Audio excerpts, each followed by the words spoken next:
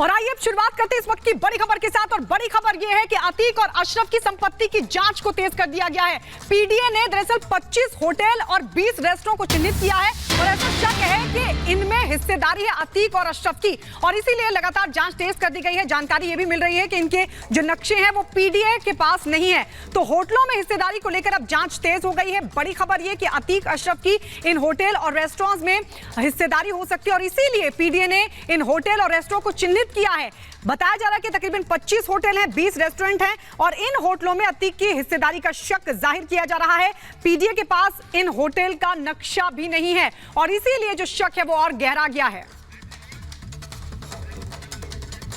और वैभव ज्यादा जानकारी के साथ जोड़े हैं। वैभव, तमाम संपत्तियां चिन्हित की गई, उन पर बुलडोजर चला, लेकिन अब जो कमर्शियल प्रॉपर्टीज है मसलन होटल और रेस्टोरेंट, अब पीडीए उनको भी छान रही है, जल्द उन पर भी कार्रवाई होगी।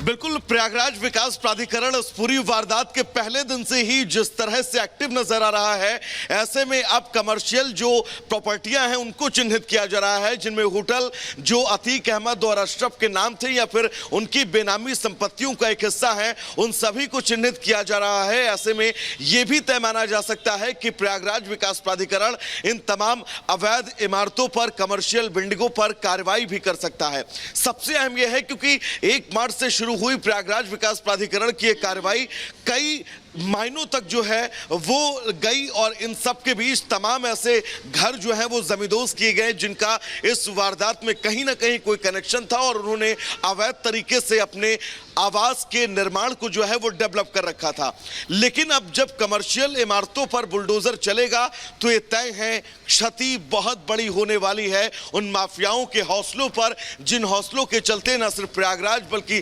पूरे प्रदेश के अंदर जो दहशत फैलाई जाती थी, उस दहशत पर यह बुलडोजर जो है वो एक बार फिर से प्रयागराज विकास प्राधिकरण का गरजता हुआ नजर आएगा। अमित, सबसे अहम यह है क्योंकि शुरुआत से ही जब से माफियाओं को लेकर लगातार कार्रवाइयां हो रही हैं, इन कार्रवाइयों में विकास प्राधिकरण का जो रोल है वो बहुत ज्यादा अहम हो गया है और ये बड़ी वजह भी है। बिल्कुल, विकास प्राधिकरण का जो रोल है वो अहम हो जा रहा है क्योंकि जो अवैध संपत्तियां हैं जो गलत तरीके से बनाई गई